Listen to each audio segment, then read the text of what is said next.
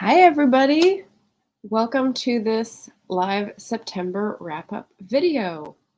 Whew, feels weird to be live again with a live studio audience. So this is Margaret Pinard. Thanks for stopping by my channel. You are on BookTube, and we've got a lot to cover today. So I wanted to say I'm back. If you hadn't noticed, I've been, circumnavigating the globe. So I am happy to be back. Hello, Chrissy. Hello, JD. Hello, Christy. Oh gosh, gang's all here. This is so exciting. I took a quick trip. I was over in Chicago and Boston and Philly, like very quick trip to Philly. And I got to meet some family in Chicago that I'd never met before on my mom's side. I got to meet some Mighty Blazers, which I know you've heard me talk about in Chicago, as well as a BookTube friend, John from Hey Y'all Listen Up. So that was really fun. Then in Boston, I met more Blazers, had some chill hang time there. And in Philly, of course, it was Slicers. For those of you who don't know, that's the grad school I went to. They came up from DC. I trained down from Boston, and Amtrak was late as always, so never disappoints, but it was very fun. Very fun. It packed 18 hours, whatever we did. While I was gone, I leveled up and actually, scheduled videos in advance. And I don't know if anyone noticed, but I thought I'd just ask, like, were those thumbnails better or worse than usual? And was the StreamYard recording better or worse than usual? I'm just trying new formats. We try recording in advance and editing. We try StreamYard Live. We try YouTube Live. And so I'm curious if anyone noticed and was like, why is it doing that? Or something like that. So feedback always appreciated. All right, so coming soon, attractions I'm so excited to share with you. First of all, I want to say, hey, Anita, hello, hello. DeBlaze, yes, DeBlaze, one live on the train went to... yeah. I'll put that up here because that was super fun to experiment with. You'll have stinkers as well as successes, which is just taking it all in stride. That's what being an indie is about, right? So I wanted to share with you guys what I have coming up. So if you don't know, my regular schedule is Sunday video, Tuesday or Wednesday video, depending on it's a tag or not a tag, and a Friday live. So this is the Tuesday, Wednesday tag, Tuesday, Wednesday video. And yeah, so just wanted to make sure people were aware. I do 3 videos a week, and that is my general structure.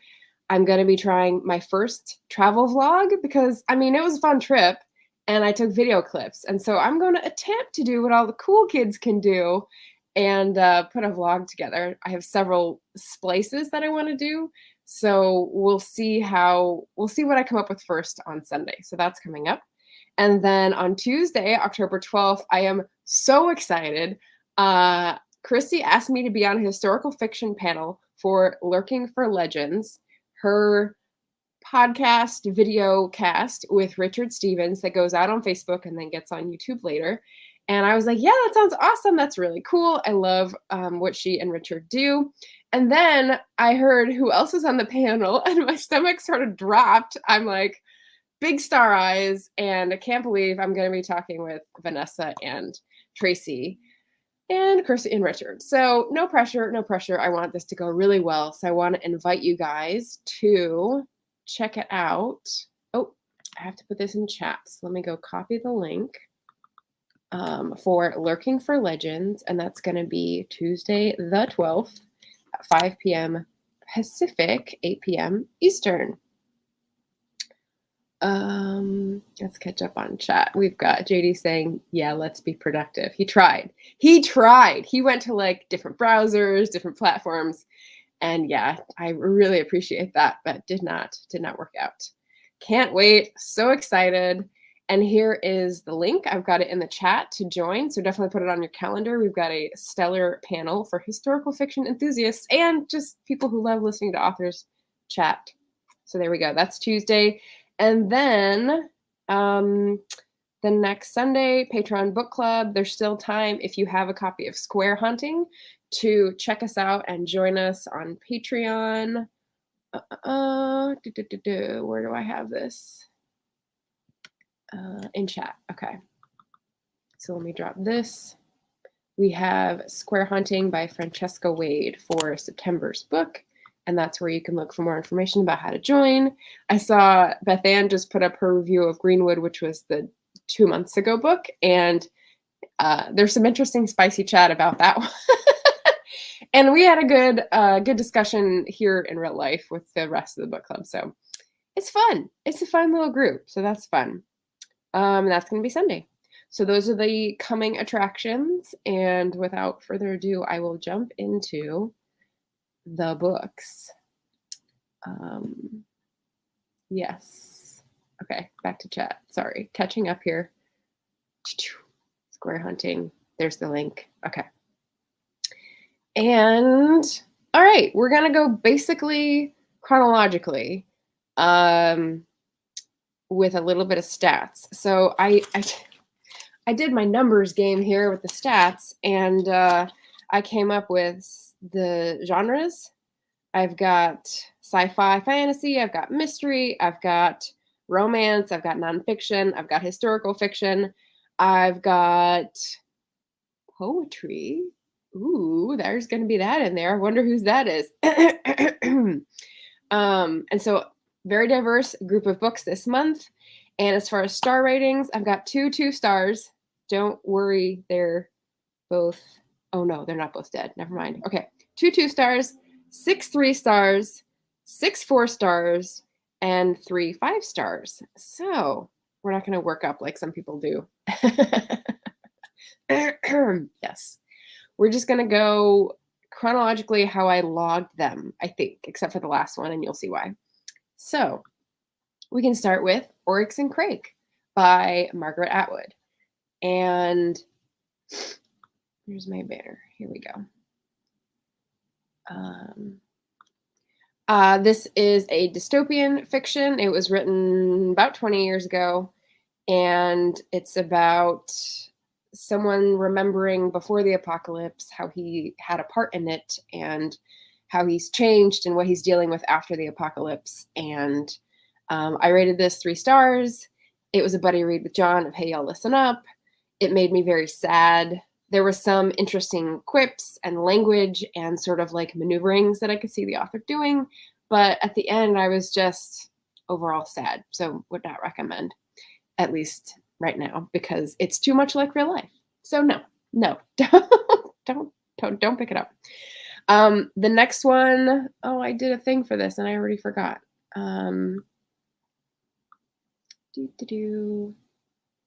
Okay, so I was gonna do a chapter headings. I haven't done that yet, so I'm gonna try. I just finished with ORYX and CRAKE, and now we're moving on to. Anyone know what this is?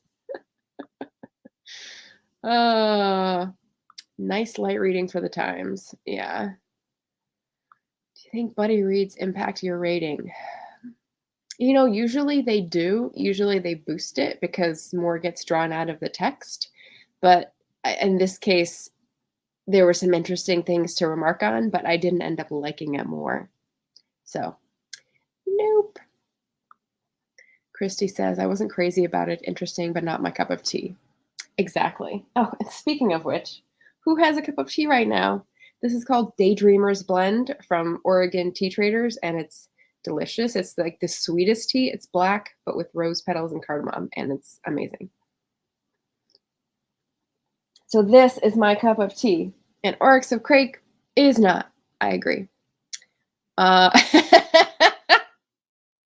quart of fire and whatever. Yes. Can I just like paper the video with this? A quart of fire and whatever. Yeah.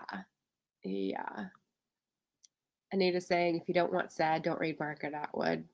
Yeah, I mean, I didn't know. I thought she had different levels. So I've only read 2, and I don't know, maybe I'll read a third to give it a third chance. Yes.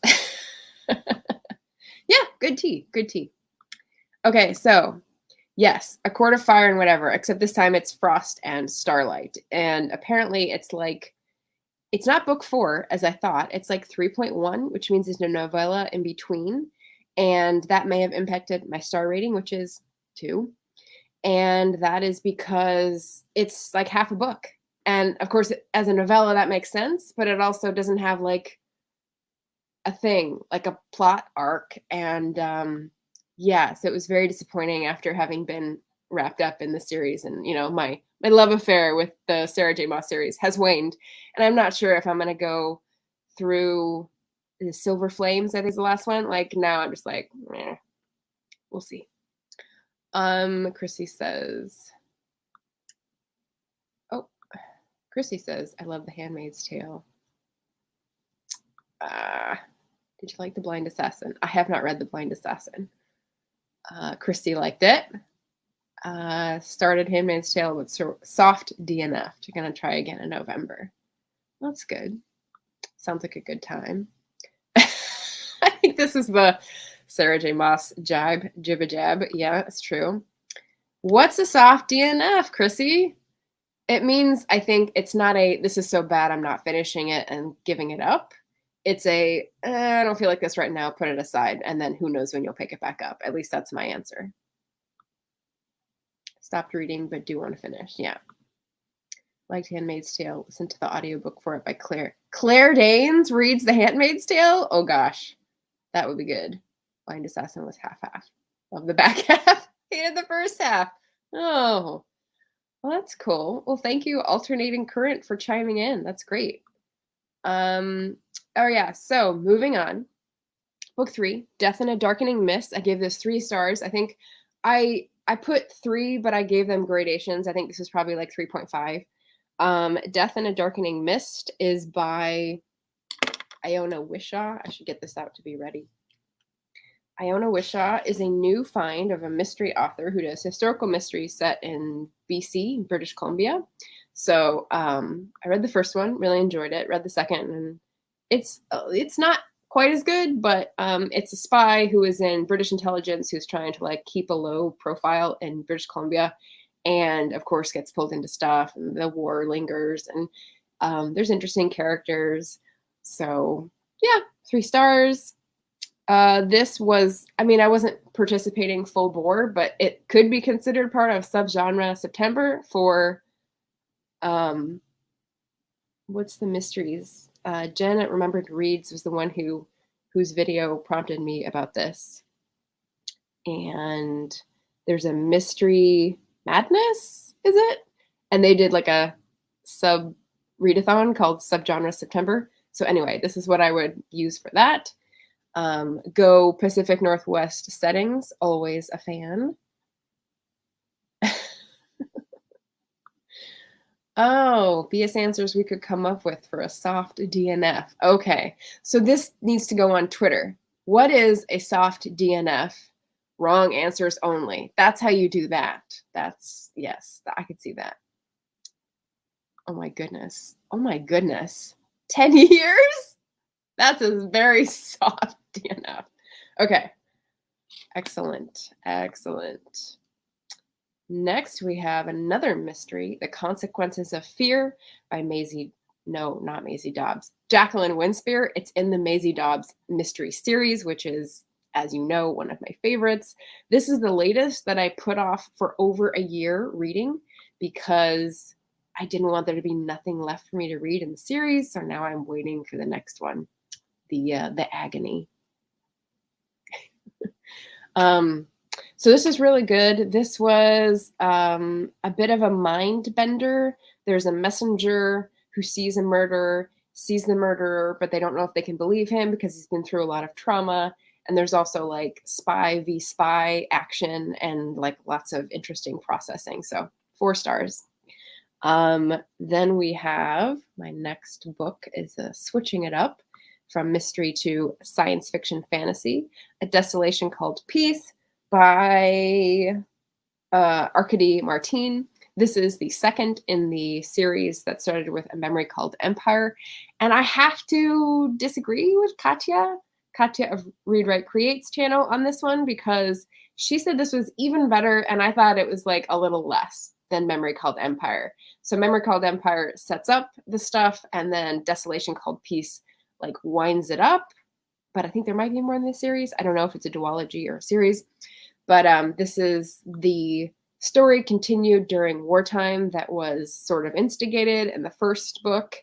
And the 2 main characters are much closer, and it's a very interesting first contact trope. I don't know if that's trope, but it's a thing that happens. And I mean, it kind of reminds me of, well, no, I don't want to say that because that might be a spoiler. A certain Orson Scott Card book. That's all I'll say. And it was interesting, and there was a lot of great action, and there were some of the similar like resonances with empire and colonialism and that sort of stuff. It was a little more overwrought in terms of the main character's internal battle and the multiple voices she had because of the technology. So it was just a little less amazing than the first one. So that's what I'll say, but still 4 stars. Let me catch up here. Chrissy says, soft DNF is that I DNF'd but didn't want to hurt the book's feelings. Totally valid. Totally get it. Want to see that dramatized. What, hurting the book's feelings, or I don't know. Anita just picked up the first Maisie Dobbs, liking it so far. Yay! Beth Ann is here. Oh, she must have had her ears burning. We were talking about your review of Greenwood. That's awesome.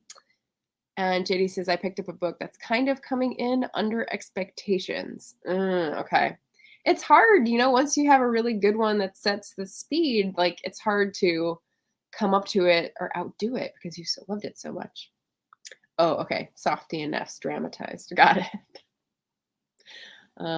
That sounds like something for a Rebecca show. You will have to, I don't know, go back. It was not a big deal. We were just talking about Patreon book club, and we're just excited for the next one. And so I pointed people to your review. So yeah. I don't know. I don't know what this is at, but I'm glad I was funny. I think I was funny. Maybe it's somebody else. Maybe it's someone else. I don't know. Okay, so that's Desolation. Then moving on to our next chapter, we've got Antony and Cleopatra.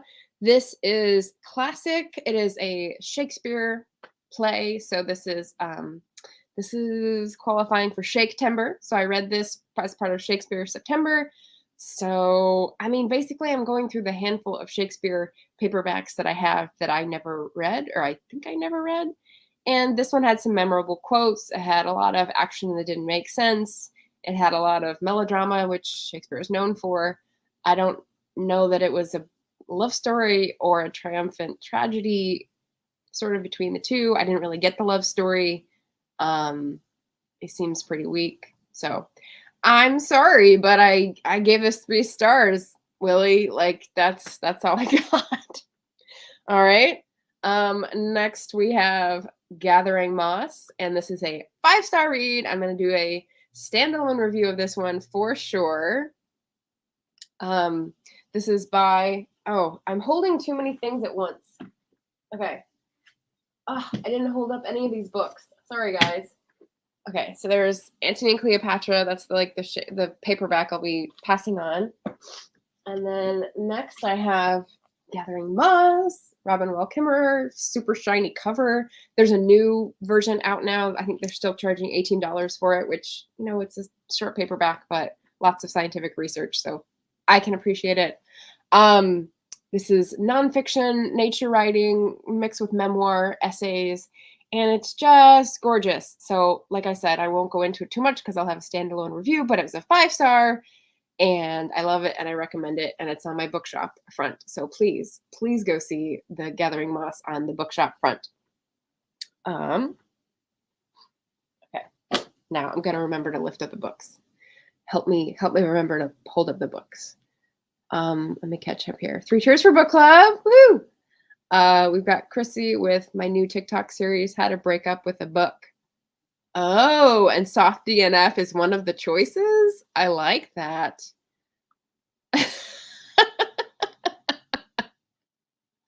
Yeah, that could work. All right. Beth Ann, How to Break Up with a Book. So much hand-wringing from me because I want to like every book. I know. Books have feelings, right? Books do have feelings. And if not, authors do too, right? Yes, totally. A Beth Ann, me too, but sometimes it's not me, it's you moment. Yeah, sometimes you can admit. I think it's easier with books than with people, right? Gathering Moss, can't wait for your review. Yes, bad booktuber. Oh, for the DNF. Yes. Alternating Current says, I can quit paper books, but I cannot quit audiobooks. I feel terrible quitting audiobooks. Interesting. Huh. I think I DNF them at about the same rate proportionally. I think it's more annoying to listen to audiobooks that I don't like than to read paperbacks that I'm not vibing with, if that makes sense. I wonder if it's a money question because audiobooks are always so much more expensive that you want to stick it through and have it worth it. Yeah, interesting. Yeah. JD says it's current. Sorry, especially how pricey they can be, even if you use credits. Totally. Nope for not holding up books. So much work goes into audiobooks. Oh, okay. Well, you're seeing even better. You're seeing into the process and trying to value people's work. Yay! That's great. That's really, really great. Okay, so moving on. Next, we have another nonfiction, A Good Economics for Hard Times. I was confused with the title on this, so I was leaving comments with this title, and then I noticed the cover of the book says Good Economics, Bad Economics with arrows, and I was like, wait, is that the title? And so I started changing my comments, and then I went back on Bookshop and looked at it, and it's not the title, it's just what's on the cover. The title isn't on the cover. Like, what? So anyway, this caused me a little bit of a headache. But the book is really good. So I listened to this on, I don't know, I can't do this live, Libro.fm, and it was really, really good. So I've been to grad school for economics. Don't ask, I'll talk about it on my past lives panel. And so I had heard of these authors before, Bannerjee and Duflo. They're a married couple of economists and usually development economists, which means they talk about developing countries and their economies and how to spur growth. However, this book is about what is growth? Is it good? Is it bad? Do we know? Why do we use it for like a measuring stick for everything? Maybe that's not such a great idea. And I was like, ding, ding, ding, ding, ding. So I guess I got sunburned on my trip. So I really appreciated their approach. It's a very layman's approach to economics. It's talking about really basic assumptions and giving good examples, and sort of there's a couple dad jokes thrown in. So I really, really liked this book and would recommend it. I think I gave it 4 stars. Yeah, so that's for that. Alternating Current is recommending check out Chirp, great value audiobooks. Awesome. Title not on the cover. Oh, that's something that would tempt me to break up with that book. Maybe it's on the spine, but I got the audiobook, so I just saw the front. So yeah, it just didn't make sense to me. But it's fine. They're numbers people. They're not responsible for their graphics, right? Okay. Next we have Messenger of Truth, which which I already put away, so it's back in my bedroom. Sorry. I already did a standalone review, and that's why I reread this book. So this. There we go. This book is my one reread this month because I wanted to put it more on the top of my mind and make sure it was still a 5-star read even several years after I read it. And it was. And so I talked about it there, and I just wanted to point it out as part of my reading stack this month. Sorry, last month, September. Moving on, we have Few Eggs and No Oranges, which is this brick of a book, which I started in March. It is a Persephone book, as you can see. It is sort of March of the Moderns inspired, but I mean, obviously I wasn't going to finish that in 1 month reading a whole bunch of other books and doing a whole bunch of other buddy reads. So I just sort of read a few pages before bed. This is by Vere Hodgson. I think that's how you pronounce her name. And it's her diaries from 1940 to 1945. And let me tell you, rereading Messenger of Truth, which is interwar, so between 1920s and 1941, which is when the last book is at this point, or 42. It's actually 42. As well as Elizabeth Googe's in August, reading. So here, let me untangle that. It was fascinating to be reading a nonfiction about the Blitz in London while I read a 5-star Messenger of Truth book that was a contemporary book about the Blitz, while I read, in like the same few weeks, a contemporaneous book that was written in 1941 when they didn't know the outcome, but it was a fiction about someone living through the Blitz. And it was like all these different viewpoints, all these different similar feelings of like things cascading out of control, and similar narrators. They were all younger to middle-aged women sort of trying to keep a lid on things. And it was just so fascinating to see different stories from almost, it felt like the same period, like voices from a time capsule. So I want to look more into doing paired readings. I know Sandy over at Ms. Reads a Lot was doing Shakespeare with a Shakespeare book and a retelling of that Shakespeare book play. And that seemed really cool. But I think I can probably find book pairings like this, and it really enhanced the reading. So I don't know if you guys have ever tried that, but it was, you know, like a buddy read gets more out of a book for you. It was like that level times 2. It was just really, really cool. Oh, Leah's here. Pen to paper. That's Leah Lindemann, fellow author tuber. Nice to see you. And JD says you can take that to battle. Well, I mean, only human. You're just mentioning, hey, it's big enough to kill a rat. So here you go. Moving on. Our next book is Out Front the Following Sea. So this is this is another historical fiction, but vastly different period.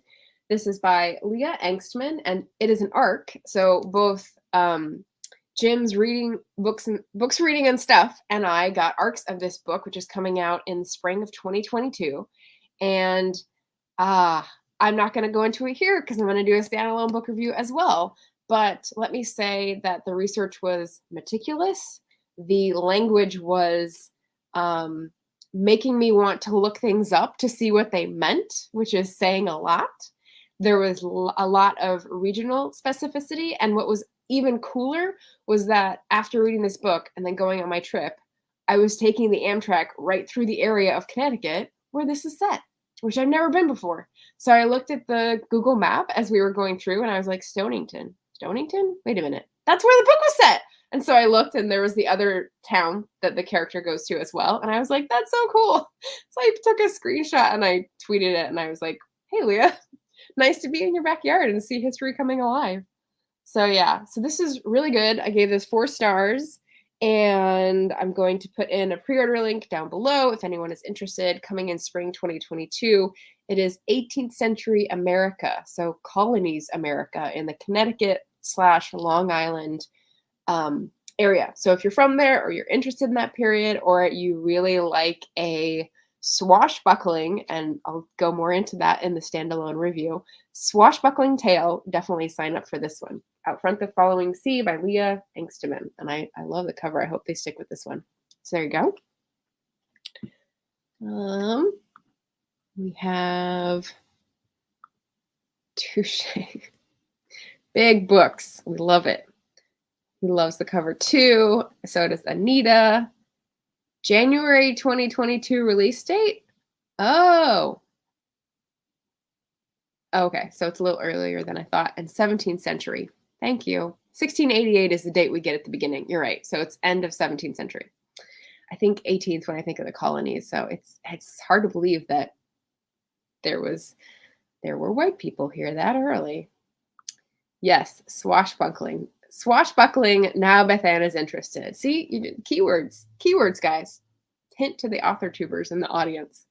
Excellent. Next we've got Get a Life, Chloe Brown.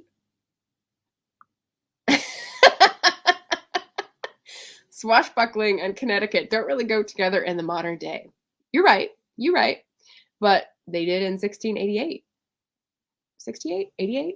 I can't remember, but yes. Yes. And let me tell you, there was a lot of very careful blocking on a ship that I was kind of lost in, because who does not know the ins and outs, fronts and backs? I mean, I do know starboard and port and all that kind, but there's a lot of, like, as I said, very meticulous research. And alternating current. Okay, so if those people who like the cover and who like the swashbuckle keyword are interested, hit up alternating current if you want an arc. I don't know if that is Leah or if that is the next big book club, because they're like operating in tandem for promotion, and it was really great to see them on Twitter. It's a beautiful thing. Okay, Get a Life, Chloe Brown. Don't have a book for this one. I listened to it on Libro.fm. And oh, okay, I have something to put in the chat for this. So I don't know how many of you guys have seen Bridgerton, but if you have, raise your hand. Raise your hand. Be proud. Oh, okay. All right. So alternating current is Leah. Oh, cool. Okay. And alternating current must be the publishing house, just like mine is Taste Life Twice. Alternating current. There we go. Okay. Now it's coming together. Yay. Okay. Nice to see you, Leah. Should they get in touch with you on Twitter or YouTube? Probably Twitter, because you can send messages there, because YouTube is behind the times. Okay, so back to Bridgerton. Ajoa Ando. She is the aunt on Bridgerton that has like the boss role. She is also a fantastic Libro.fm audiobook narrator. And I looked up the books that she narrates on Libro, and there's like 80, because she has such an expressive voice and such a range of accents, ages, expressions. Like, she is so good.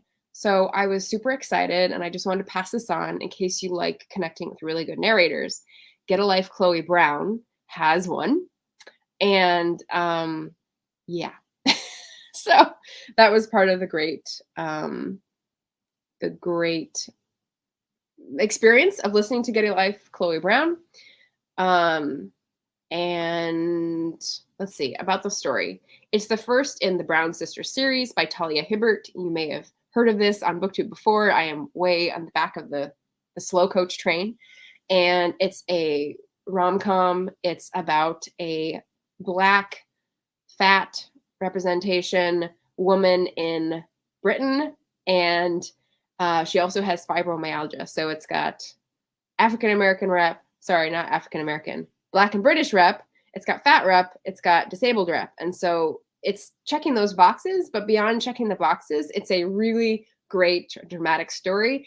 And it's very steamy. So, take that under advisement if you want to listen to it or read it in public transit. And yeah, it was really good.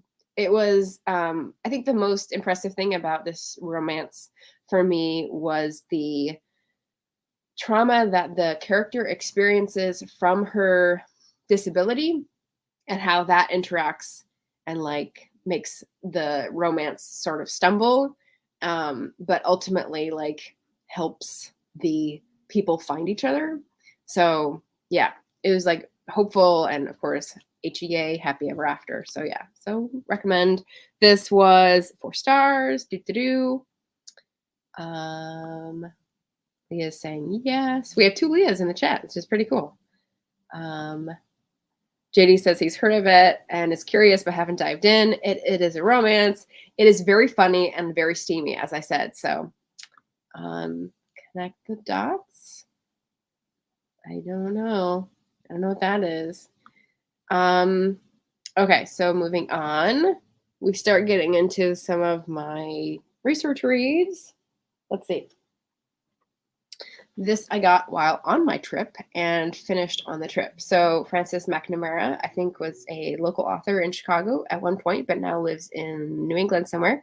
This is Death at the Fair, an Emily Cabot mystery. So she was starting a series, and I got the first one. I got this at Exile in Bookville, which is a very cute little bookstore in Chicago. And it's really good because it's like kind of what I was going to base my novel on until it sort of got carried away. So it's a good mystery. It's very restrained, so it's the opposite of Get a Life, Chloe Brown. It's not a love story. It's a mystery that is young woman with her family visiting Chicago, going to a Chicago school, and ends up having a Hull House Jane Addams tie-in, which is super cool.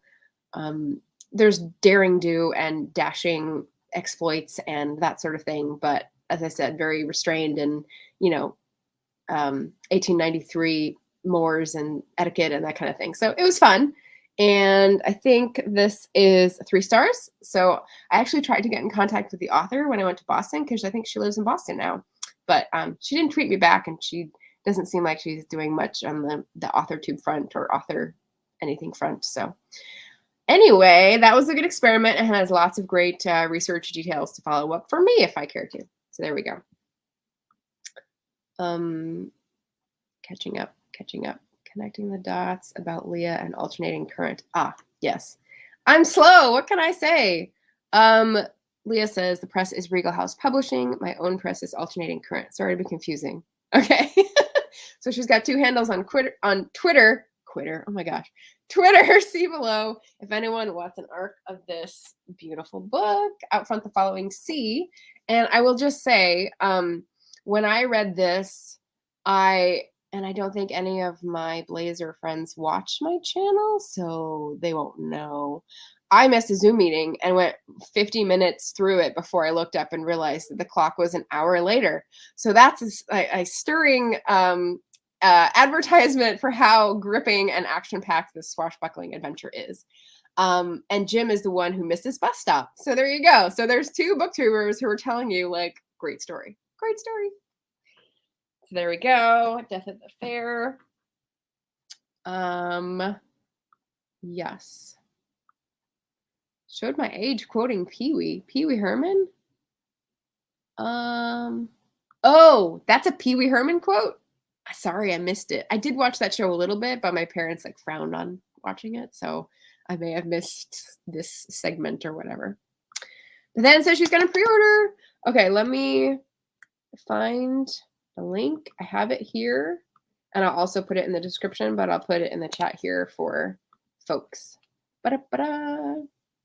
Lovely. So we've got some ARC takers and we've got some pre-order takers. Yay. So it's in the chat. Thank you for supporting our lovely small press authors. There we go. All right, what is next? Moving to banners. A Good Mother. Ooh, okay. This one I don't have because I passed it off to Jenna, my host in Boston. This is by Lara Bazelon, and she is a what are they called?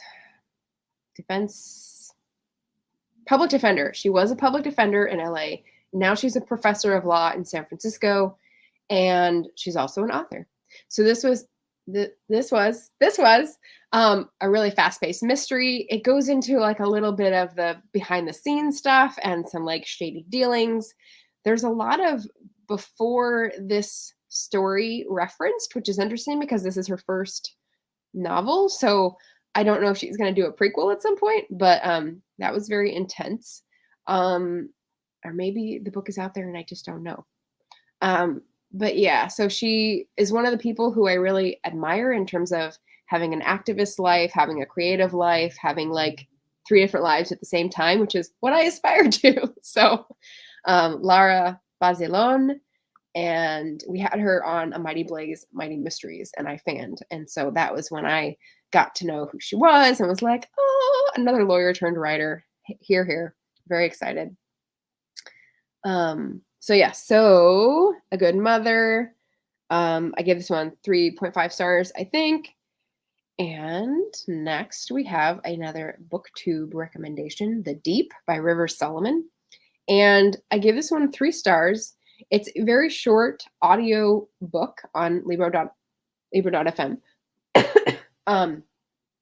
And I think this was influenced by expectations because I realized it was short, but I didn't realize what a history it had. I thought it was a book written by River Solomon, but the 3 narrators, including David Diggs, and I can't remember the other 2, are his collaborators from his band, like his music group. And they had, sorry, I'm not used to doing these long ones. They had been coming up with this idea about a culture of mer people formed from the women and men that were enslaved and thrown off the ships, the slave ships that went back and forth through the Atlantic, and developed the ability to breathe and live underwater. And the basic premise of the story is that the main character is the memory keeper, because it's too hard for everyone underwater to keep the memories of where they come from and who they are as a people, because it's too painful. So they have one storyteller person each generation or less. And the person that we're following, who is the storyteller, has been sort of emaciated emotionally by this burden. And it's a story of her breaking out of the role and finding a different life for herself, and then figuring out whether she wants to be part of the community or not, or where her place is. So it's a really profoundly affecting story, but it was, there's an afternote that's about the music group is the one who thought of the idea and then had one version, and then someone else wrote a different version, and then River Solomon like added a different spin. And so it's kind of like how Hadestown has me feeling conflicted about what the final version should be. And of course, they take a philosophical, River Solomon takes a philosophical stance of it should evolve and like it should belong to everyone, which is a political stance as well. But it's kind of over my head at this point, and I would need to like talk it out with someone as to what was the history. Because like with Hadestown, she had a version, Anais Mitchell had a version of it before it was bought or it had a place to be performed. And so there's a soundtrack, and then there's the Broadway soundtrack, and then there's the like, you know, edited soundtrack. So there's all these sort of different versions, and it means that I bought one CD and I know those songs, but I can't communicate with sometimes other people who know a different version. And so I love the version I know, but I'm not going to buy 3 different CDs that have mostly the same songs. So anyway, it's confusing. And so The Deep was also confusing in that sense. And I don't know, other people can talk to me about it. It was, like I said, profoundly affecting as a story, beautiful metaphors, very emotionally wrought in terms of listening, and probably wasn't, sorry about the 2-stroke engines you can hear outside. Probably wasn't the best time for me to listen to it, like on travel, but I wanted to listen to it. So there you go. Life is never perfect. Beth Ann saying The Deep felt like a teaser for something. Yeah. I mean, it's not like it felt like half a story, like A Court of Frost and Starlight, but it just, what did it feel like? It felt like, a sort of fairy tale, but a very violent one, sort of like harking back to the original fairy tales. But then the author's note sort of threw me back onto, well, I don't know how to interpret this, and I don't know how this started out and where it's going, and maybe I need to know more about it before I form an opinion. So it just sort of like made me step back a little bit. I don't know. It was very deep. Yeah. But there we go. All right. So moving forward, The Deep, we have, nope, not that one. That's October. Delete. Oh, okay. Next, I have this, and you may be laughing at me calling this a book, but I mean, I had to buy it. It was a book price. So I went to Glessner House, and I was very excited. This is a historical house in Chicago, and it's on Prairie Avenue, which if you've heard of Chicago's Prairie Avenue, might give you an idea of like highfalutin folks. But the Glessners were in fact known as the modest house on Prairie Avenue. They were in industry and railroads and newspapers around the time that I was researching. And they had, the historical house offered a specialized tour that was the servants' view of the house and how it worked. And I thought, this is perfect. But they had one a month, and 4 people were allowed to sign up for it. And I was like, that's tight. So I called and asked to be put on a wait list. I tweeted, and then I called, and I was like, oh, I have 3 days to get on, or a week to get on this wait list into the group. And someone ended up canceling, and they allowed me on. And I was so excited. And it was a phenomenal tour. So we all had masks, and there were like very few people, and we sort of gave each other distance. But William Tyre is the curator, and he did the actual tour guiding, which was, like I said, phenomenal. He gave us lots of backstage view stuff. There was also a living historian, a historical interpreter, whatever you want to call them, named Mattie, and she was the cook, and she had a brilliant sort of shtick that she was doing for the tour, and it's the first time she'd done it apparently, which was really cool.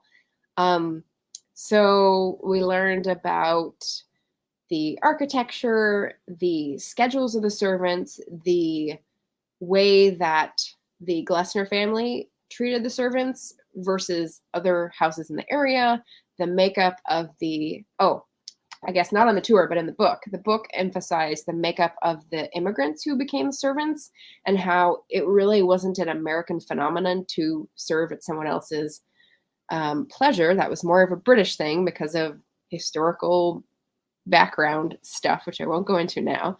But because they had such an influx of European immigrants in the 1880s and 1890s, when some people were getting super rich in America and starting to live in super fancy houses in Chicago, there was like a period of time where those really went together, and everyone had a German, a German butler and an English chauffeur and a French cook and a Swedish house servant. And so that was really fascinating to know this like wash of ethnicities were coming together and working together. And it's got to be like a crazy melting pot for this interesting period of history. So I thought that was really cool. Behind the scenes in Chicago's mansions, 1870 to 1920. And it's not on Storygraph, so I can't like count it, but I'm counting it. So there we go. Research book.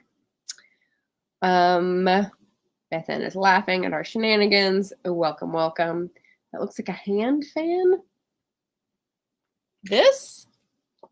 Like a hand fan? I don't know. I'm missing the lag. I'm gonna blame the lag. So, it's the opposite of few eggs, no oranges. What can I say? Next, we have Lock 14, which is a classic mystery by Georges Simenon, and I read it as translated. But what period is it? 40s, 30s? Simenon? Anybody know? I got this as it's a really short, thin book, an easy mystery to read on the road. It is the only book I took with me because I knew I would buy some on the road, and it was small enough, and I knew I could get rid of it after I read it, so I wasn't going to feel remorse and hurt the book's feelings, as Chrissy was worried about, by leaving it behind. There was a lot of stuff that I was like, this doesn't make sense. This is why I don't read Agatha Christie, because I feel like this story may be interesting to follow the plot, but the way that they describe people and the way that they sleuth, and it's just not my style of mystery, so it sort of misses the point with me. So yeah. So Lock 14, that was my other 2-star. Sorry, Georges Simenon. Like, yeah. I don't think I'll need to read any more of his. There we go. And yes, it is a booklet. The mystery is also very thin. If I was going to show it to you, you'd make fun of me for that too. So, what do we have? We're getting to the very end here. We have Few eggs and no oranges is already up. Is Lot 14 the last? I already did Messenger of Truth. No, I didn't. Messenger of Truth. Yeah, I did. Never mind. Okay, so we're on the last one. And we have, oh, what did I miss? I missed a thing. What was the thing? Oh, Christine's not on anymore, but I was going to pop this up because this. Oh my God. Why is this so hard? This is the information for Christy and Richard's event next Tuesday. So I put it in the chat already, but I did this cool thing, which was a transparent background on a graphic, and I thought I'd show off, but of course I missed it, so that's fine. That's fine. The last book today, Banners. I didn't put it in. Ballads of Hope and Joy. Anyone know that title? Title sound familiar? Anybody? Okay. So the last book on my list here is the soul poetry of the day. It is by our very own J.D. Estrada. Why can't I get the backwards thing right? I'm terrible at this. Okay. Leah is telling us Simino is 1930s through 1960s. Okay. I think it was on the earlier end. And JD's just laughing at me. Okay. Yeah. Good. Ringing a little bell. Excellent. Okay, so 4-star. This is a poetry collection by a friend, and I ordered it from Tazas y Portadas along with I tried to order the chocolate. So let me put that in the chat as well. Just in case you didn't know, the bookshop links that I put up are, what are they called? Affiliate links. So, I get like 1% of nothing if you buy them from Bookshop on my store. This is not one of those. This is to an indie bookstore in Puerto Rico. So we're supporting a local independent economy in the hopes that they will one day get their own back, right? But for this, I wanted to read one of the poems, one of my favorites. I have a few, as I said, they're all at the top. So it was good. A few favorites here. And I wanted to read one here that I picked out just to give you a taste. And then we're almost done because I've gone on for a long time. This is called I Once Dreamt of a Songbird by J.D. Estrada from Ballads of Hope and Joy. I once dreamt of a songbird, one with honey song and careful wings, who flew right past a second thought, and only kindness would it bring. It never looked at the color of feathers. It never cared for the size of beaks. It flew and danced in all kinds of weather and made the most of winter or spring. It came to me in times of sorrow. It visited if there was joy instead. I never saw it in a cage, even though it lived inside my head. One day I saw that bird outside, not in a dream, but in real life. He came to me to sing a song, and I smiled at it and played along. And I just thought that was so perfect for JD's brand. So good. So I thought that was a great representative for this book. Poetry volume available from Tazas y Portadas, which is in the chat. Go support your local indie poet / horror writer / novelist / nonfiction writer / host. So there you go. Yes, please. There we go. So that brings us to 18 books. Woohoo! So that was a big reading month, even with the travel, which is very exciting. Let me take a gander at where we are. If anyone has any questions, let me know. Boop. Oh, right. Joker of all trades. Busy month. We were trying to come up with a word that was like the opposite of influencer, and JD came up with give it a goer. And I like that, but I think I think we can take it a little further, but nothing is coming yet. So I'm going to continue to sip my Daydreamer's tea.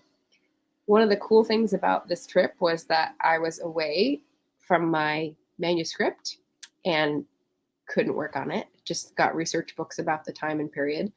And I was getting all these sparks, all these daydreams of ideas, which I hadn't been getting. And it's hard because I think for 2 years now, I've been focused on this story and trying to like make it a big deal.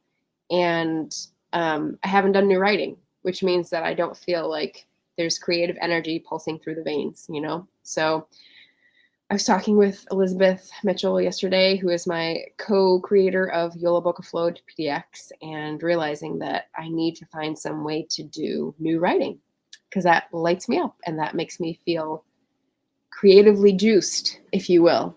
And that can be episode 2 of Rebecca's new show, Soft DNF.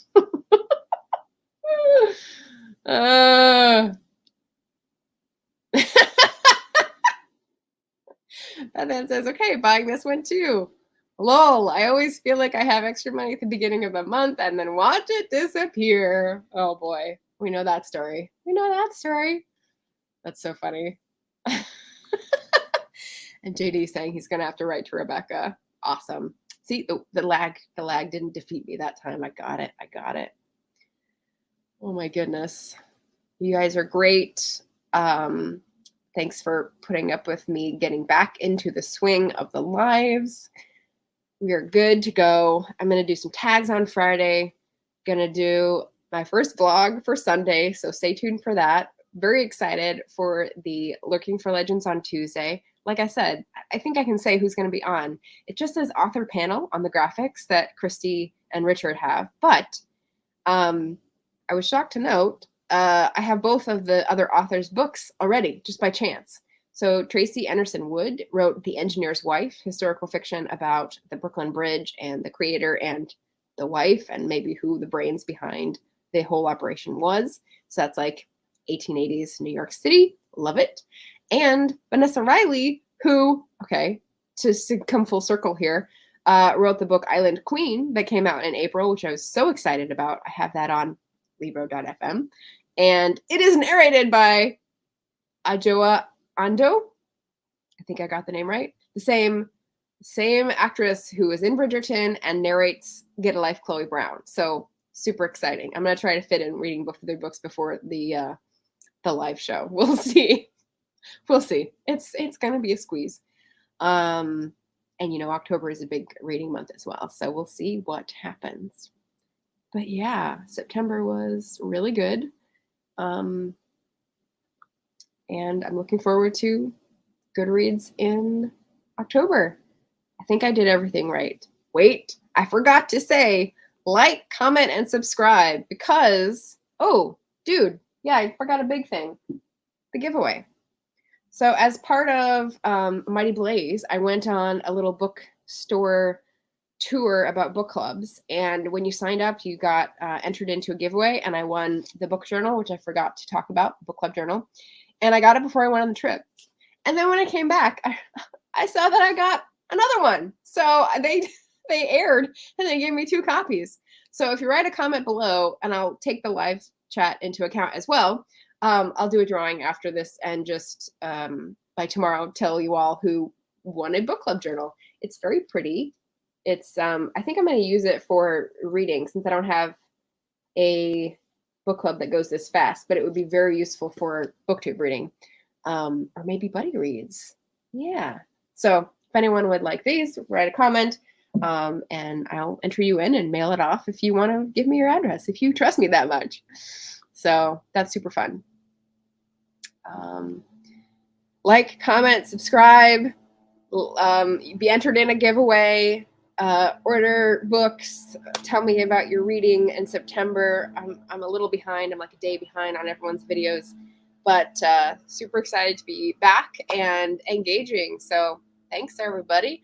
I will talk to you soon. Bye.